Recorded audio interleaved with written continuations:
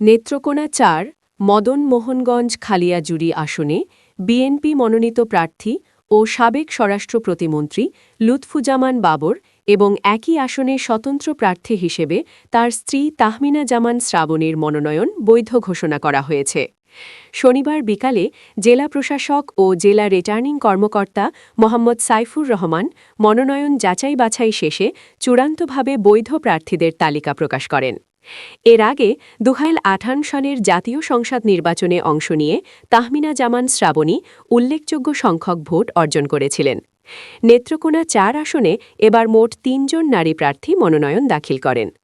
তাহমিনা জামান শ্রাবণী ছাড়া অন্য ২ নারী প্রার্থী হলেন সিপিবির জলি তালুকদার ও বিপ্লবী ওয়ার্কার্স পার্টির চম্পা রানী সরকার।